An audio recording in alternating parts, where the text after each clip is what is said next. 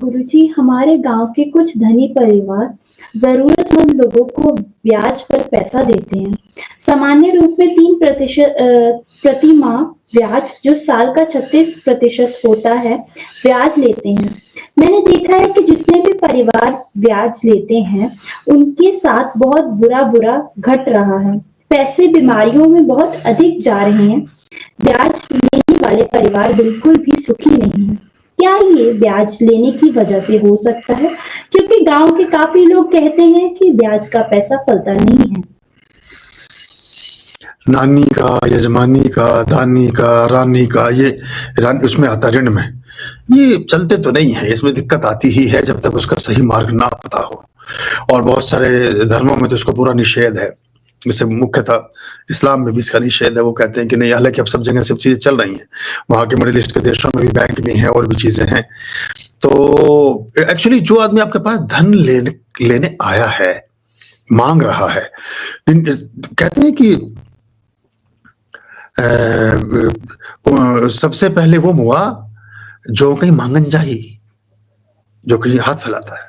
सबसे पहले वो मुआ जो कहीं मांगन जाही, उनते पहले वो मुए जिन मुख निकसत नाही, जिनके पास है वो मना कर रहे हैं, उनसे पहले मर गए।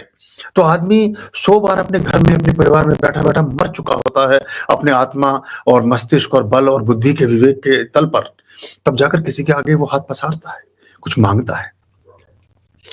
और जो इतना जरूरतमंद है, किसी की जरूरत भी पूरी नहीं हो रही है, उसकी जरूरत में आप धन को जब देते हैं, और उस धन में अगर आप ऐसा दे सकते थे कि आपके बिना ब्याज के काम चल सकता होता, तो उसके बहुत अच्छे प्रतिफल फिर आते नहीं हैं। क्योंकि वो व्यक्ति तो किस तरह से करके उसको करेगा।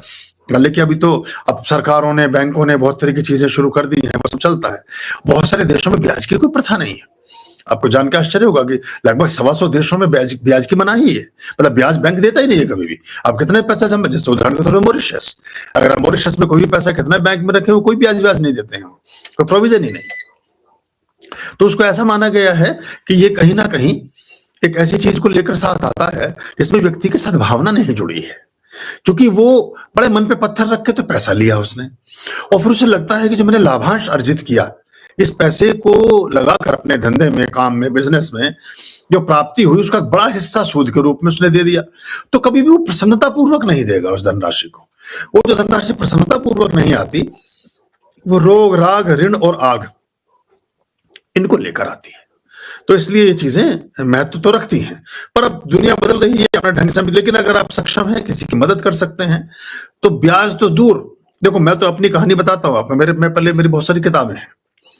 मेरे पास लोग किताब मांगने आते थे।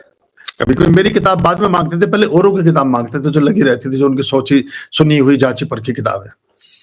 मैं उसको बोलता था कि मेरे पास आज ये मैं इसे पढ़ रहा हूँ। कभी कभी असत्य अपनी जान बचाने के लिए बोलना पड़ता है, वैसे तो मैं इसके फेवर में हूं नहीं।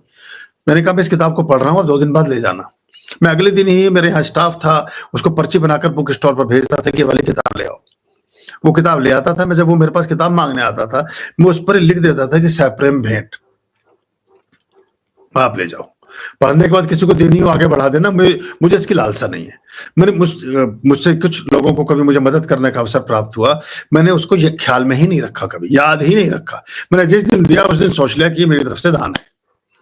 तो किसी की मदद करो तो उसका पीछा करना एकदम बंद कर दो। सोच लो, दे दिया तो बात गई, रात गई, बात गई। दे सकते हो दे दो, नहीं दे सकते मना कर दो।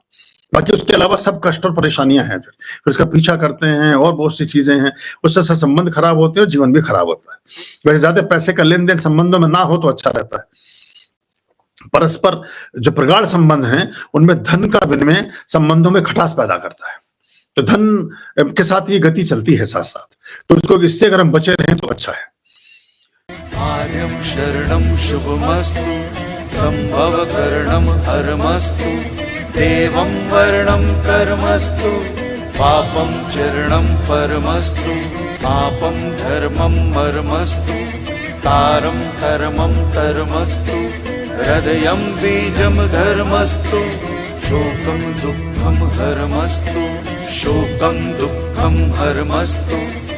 आर्यं शरणं शुभमस्तु, संभवकरणं हरमस्तु, देवं वर्णं कर्मस्तु, पापं चरणं परमस्तु, पापं धर्मं मर्मस्तु, तारं कर्मं कर्मस्तु हृदयं बीजं धर्मस्तु शोकं दुःखं हरमस्तु शोकं दुःखं हरमस्तु पापं धर्मं मर्मस्तु तारं कर्मं कर्मस्तु हृदयं बीजं धर्मस्तु शोकं दुःखं हरमस्तु शोकं दुःखं हरमस्तु शोकं दुःखं हरमस्तु